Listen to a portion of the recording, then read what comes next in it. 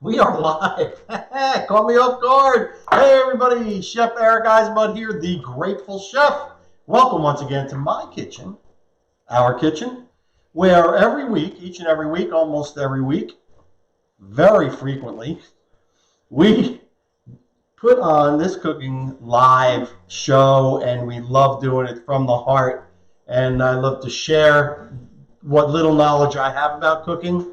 And I don't claim to know everything there is to know, but I sure as heck know how to get the information that I need. And when I do, I like to share it with people, and you are the lucky recipients of my obsession with sharing culinary knowledge and recipes and cooking techniques and great food. So welcome. Thank you. We have such gratitude for you for coming in here every week, or as often as you can, or watching it on the Grateful Chef with Eric Eisenbud Facebook group, or my personal page, or on YouTube.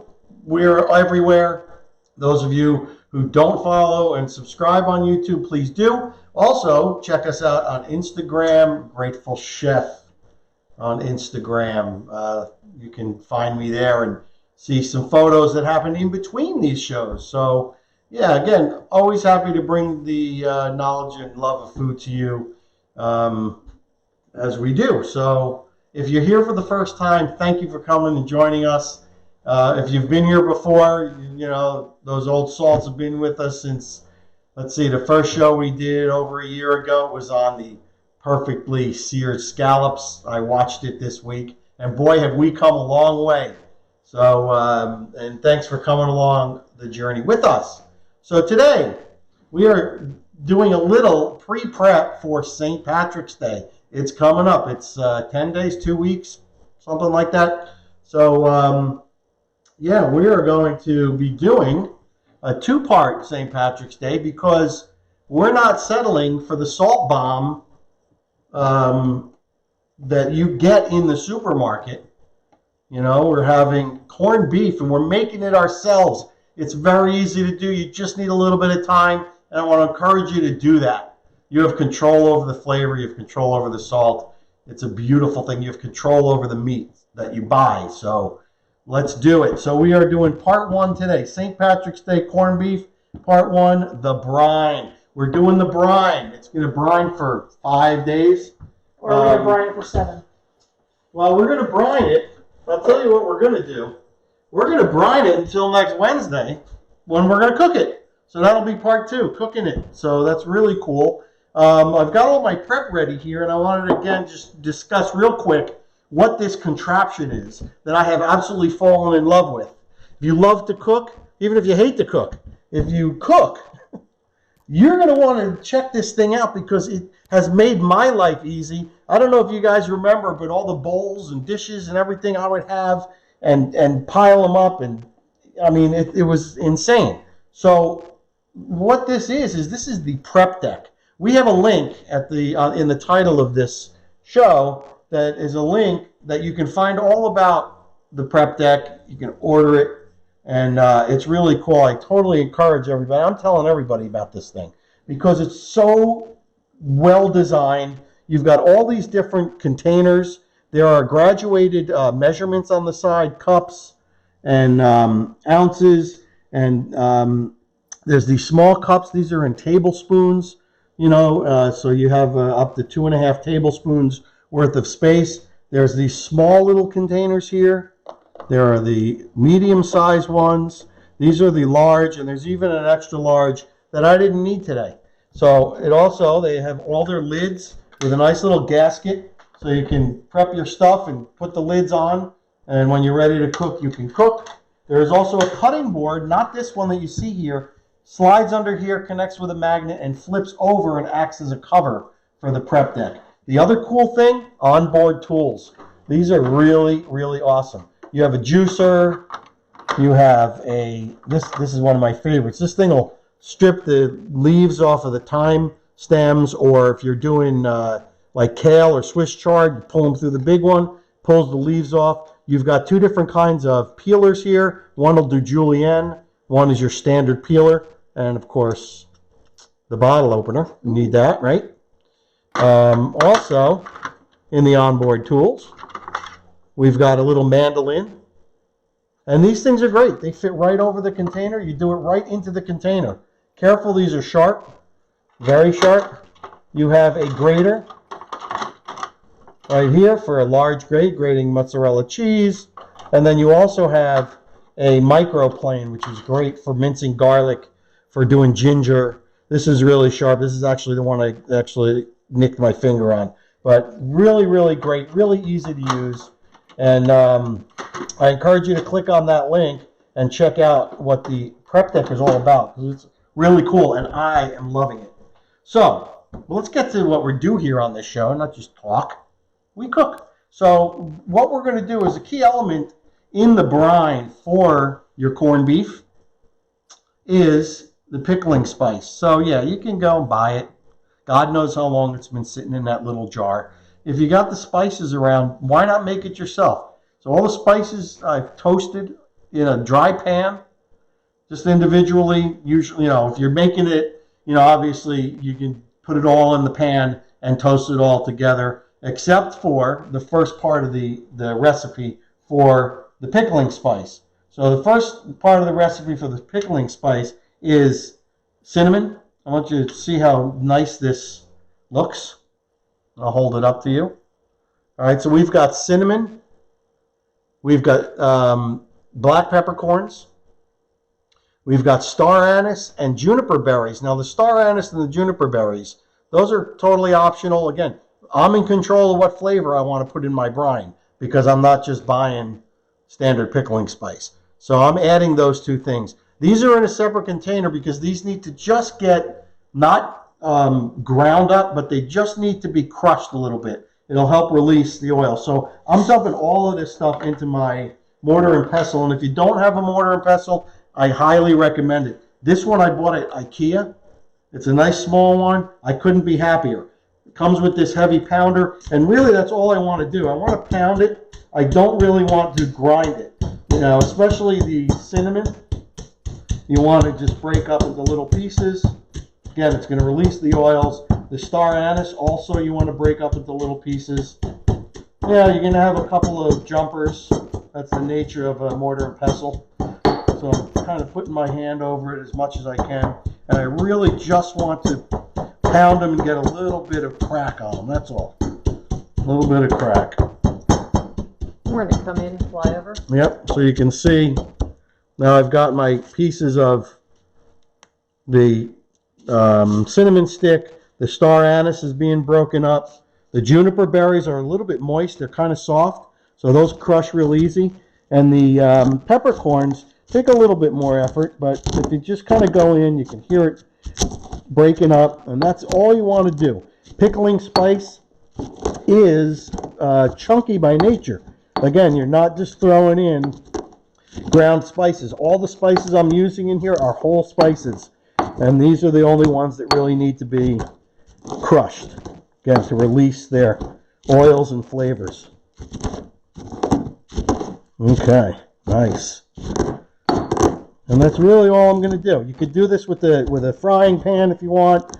Put them in a plastic bag and whack it with a rolling pin. Whatever whatever works for you. But I do encourage you get a mortar and pestle, because it's really it's really the way to go. And get whole spices, toast them up, and grind them yourself. You'll be amazed at how much more flavorful they are. All right, so I've got a jar here that I have a little bit of the pickling spice we're using for tonight. So I got a jar. So I'm gonna just put this right in the jar. And as you're doing that, we got Mario Chappie. He said hello. Ah, Chef Mario, what's up, buddy? Hope all's well, pal. All right. So I'm gonna get another jar because I want to make sure I have enough room. Put it in a big jar. How about that? And Mary McCrae is very happy that you've got some expert prep for the St. Patty's. Awesome. So you can smell. I mean, these spices are absolutely fragrant, and I am pretty sure that you're not going to get that from the jarred pickling spice. If you can't find all these spices, change it up a little bit, but you want to have that cinnamon in there for sure. You want to have the black peppercorns for sure. The other for sure spices are, I'm going to show you right here. These are all very common spices. So I've got 3 bay leaves. Calls for 4. I use 3 because I'm using a fresh bay leaf, and you really just want to cut them up into like a 1/8 inch size. If it's dry bay leaf, they'll crumble up real easy. The fresh I actually had to just cut with a knife. I'm also putting in cloves. This is ground ginger, the only ground spice we're using. And these are allspice berries. Still readily available in most supermarkets. Very popular in Jamaican cuisine when you're making jerk chicken. Lots of allspice in there. So all of this is going in like so. Look at that. Makes it so easy. All right, now let's come over here to our small spices. So we have, this one may be a little tough to find. I know I haven't found it everywhere. This is what is this? Oh, this is dill seed. Okay, so not the dill weed, not the green dill weed that, you know, like your regular dry dill. This is actually the seed from the plant. A little bit harder to find. So like when I find a spice that I can't find, and even if I'm not looking for it, I'll buy it because I don't know when I'll need it, you know, so I make sure I have it. So this is 2 tablespoons of dill seed. That's going in the party. We've got a tablespoon of red chili flake. Nice. We've got mustard seed. That's another tablespoon. Whatever color. I happen to have the brown ones that are popular in Indian cuisine. You have the yellow ones, use the yellow ones. It's totally fine. So you can see how easy this is. Coriander seed, also readily available. These smell great, toasted. Throwing those in there.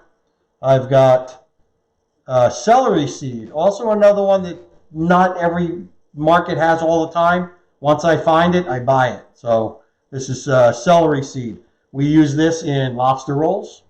And when I make my coleslaw, I put celery seed in there. And this is some dried thyme. Just dried thyme leaves another tablespoon. And that's it. We're putting on our lid and shaking it up. And there you go. You've got your own homemade pickling spice. Look how cool that is. All those great spices, right? And it's 1,000 times more flavorful than the stuff you're going to buy in a store. This looks like it'll fit in the little jar, so I'm going to put it in.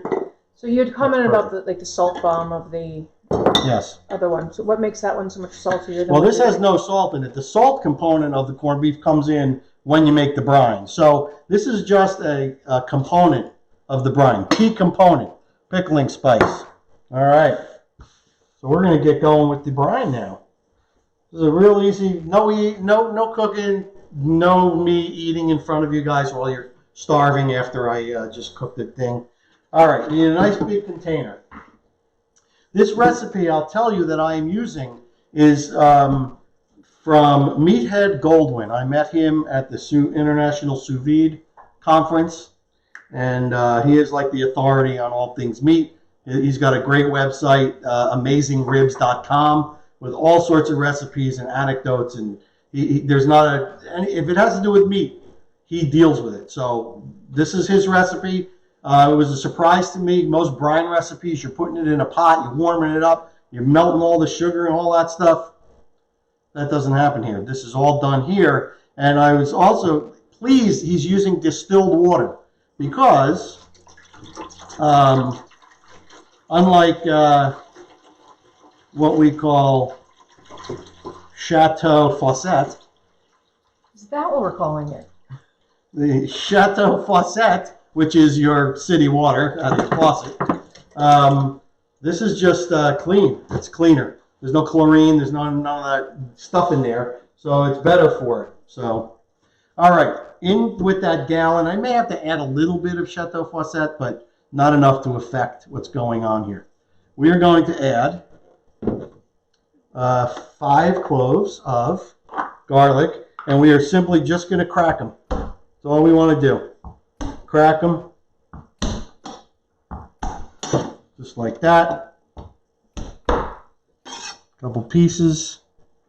Can you go through cracking again, what you're doing? Cracking. I'm just using my knife to break them up, release the oils, and that's all going to flavor the water that we are brining in. So these are going in, our brine. Beautiful. The next thing, very important. This is called Prague #1. This is a curing salt, not a seasoning salt. It is made pink so you don't confuse it. This is nitrate.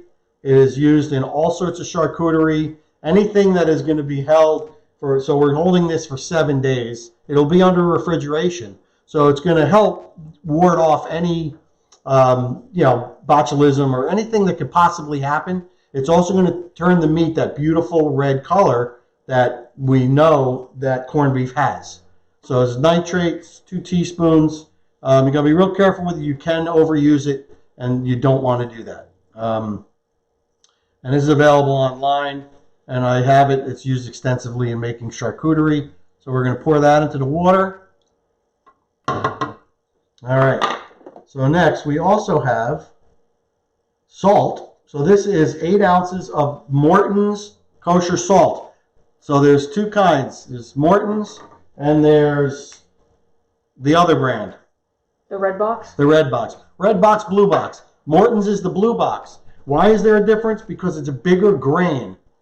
So Diamond Crystal is the red box, right? Yep. So Morton has a bigger grain. So if you use a tablespoon of Morton's, it's going to be saltier than if you use a tablespoon of Diamond Crystal, because the crystals are a different size. So this specifically, Meathead specifically asks for 8 ounces of Morton's kosher salt. And he says by weight. So I weighed it on a scale. So that's going in. Next, we are doing, so this is an optional ingredient. I'm doing brown sugar, dark brown sugar. That's going in. You could just do this: garlic, salt, water, Prague powder. You'd be fine. But I like the fact, I like the sound of putting the brown sugar in there, and 5 tablespoons of pickling spice going in. So you pre-measured that before? Yep, pre-measured it. This is from the batch I made earlier. And we're going to whisk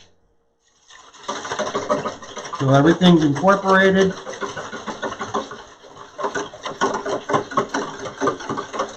Are you going to post the recipe? Sure, we will.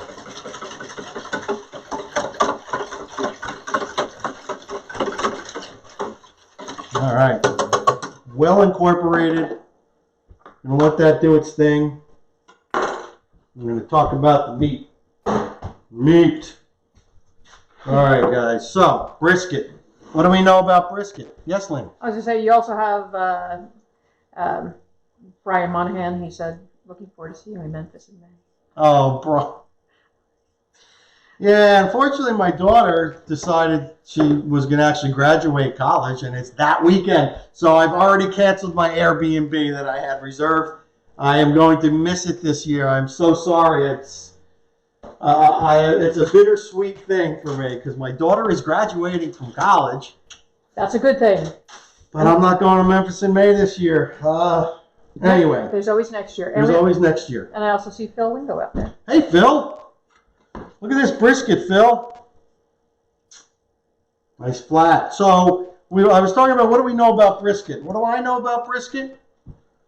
You got to get this big hunk of fatty meat, and you got to rub it down with pork mafia stuff or Boar's Night Out stuff. You know, rub, and you've got to put it in, and you got to put it in your smoker. You let that fat melt, and you let it, just baste that meat for hours and hours, and then you wrap it, and then you...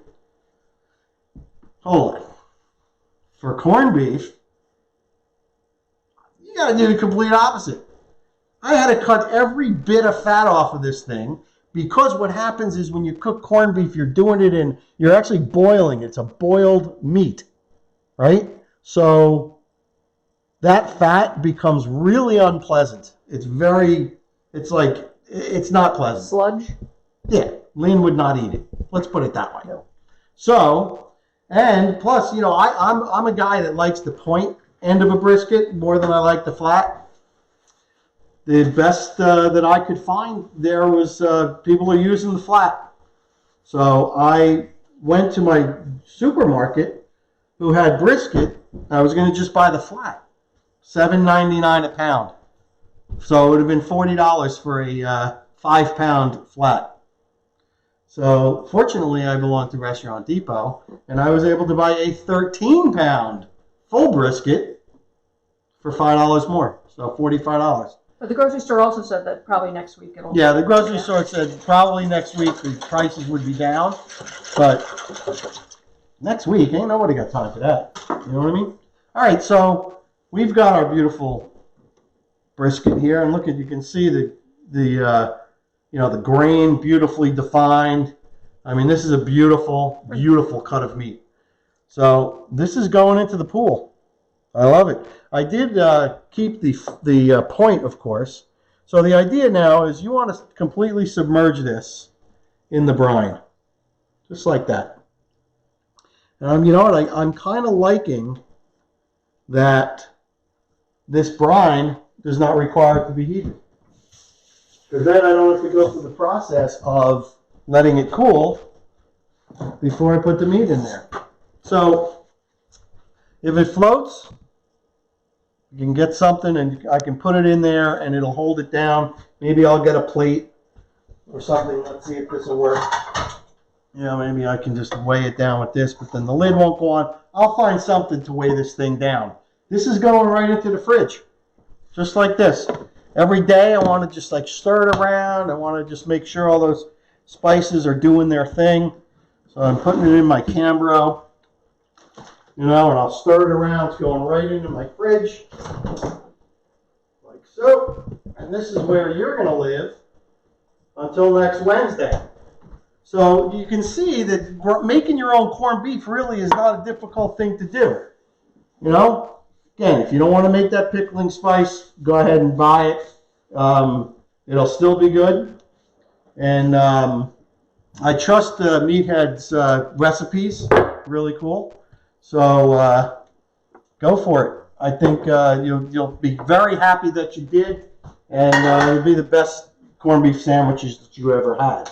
So before we end, let's talk about the Send the Shirt, See the Shirt program here at the Grateful Chef. It's a program where people who have restaurants or food products that have large black t-shirts, they send them to me. I feature them on the show. This week is really cool because I got contacted by a guy named Tad Kinsley.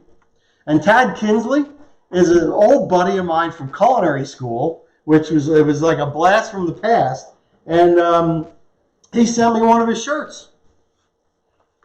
Look at that. Tad Kinsley owns Jake's in Londonderry, Vermont. Great White North, compared to Jersey over here. And he sent me this little note. He says he enjoys watching the show, you know, every week, and it's awesome. If you're here, Tad, thanks so much, buddy, for supporting the Grateful Chef. And a little bit about his thing. He's owned Jake's for 32 years. It's a full-service restaurant and tavern, again, located in Londonderry, Vermont. If you ever go up there, it's like in the middle of ski country. Really cool 65-seat restaurant and a 50-seat tavern. They also have another location called Jake's Grill, and that is at the Tater Hill Golf Club. Let me tell you how restaurants work. If there's a restaurant that's been around for 32 years, they have passed the test of time, and I would suggest that you go there. New ones open and close all the time, but you know, the old standbys there for 32 years is an awesome thing. His website, so you can check out the menu, is www.jakescafe.org. Again, he enjoys the Wednesday evening cooking stuff, and he sent me a little treat, and I couldn't be happier. So he sells these in his store, and he's got two sauces. He's got a standard marinara sauce, and he's got a fra diavolo. And check this out. How cool is that? He goes the extra mile He makes it look nice and whimsical. I'm guessing it's not Tad that's actually doing this. It might be someone else that works for him, but really cool. I can't wait to try it. I'm not using it today, but I will definitely use it. He tells me with this Fra Diavolo, he makes a seafood Fra Diavolo with shrimp, clams, mussels, Maine lobster tail over linguine, and it's a hot item over there. I think we should try that one day on the show. All right. Lynn has spoken. I have. Who is this Lynn? She is the camera woman, the producer in the wind beneath my wings. So thank you, everybody. So that is, check it out. It is, what's that say, Lynn? Straight out of Vermont. Straight out of Vermont. So if you're up in Vermont, definitely check out Jake's. And if you want to participate in the Send the Shirt, See the Shirt, reach out for me, DM me, get you the address, and send me a large black T-shirt and a little blurb about your business, and we will feature it here on The Grateful Chef. So, that being said, we're coming back next week where we're going to have this brisket all cooked and ready for you. We're going to have a traditional Irish St. Patrick's Day, cabbage, potatoes, the whole thing. So, I hope you come back and join us. So, I want to say be well, eat well, be kind, be nice, love each other. Wash your hands, too. Wash your hands. Lots. And we will see. Don't forget your thumbs. Thumbs, too. Wrists, everything in between. And we will see you on the next episode of Cooking in the Grateful Chef Kitchen with me, Chef Eric Eisenbud. Peace.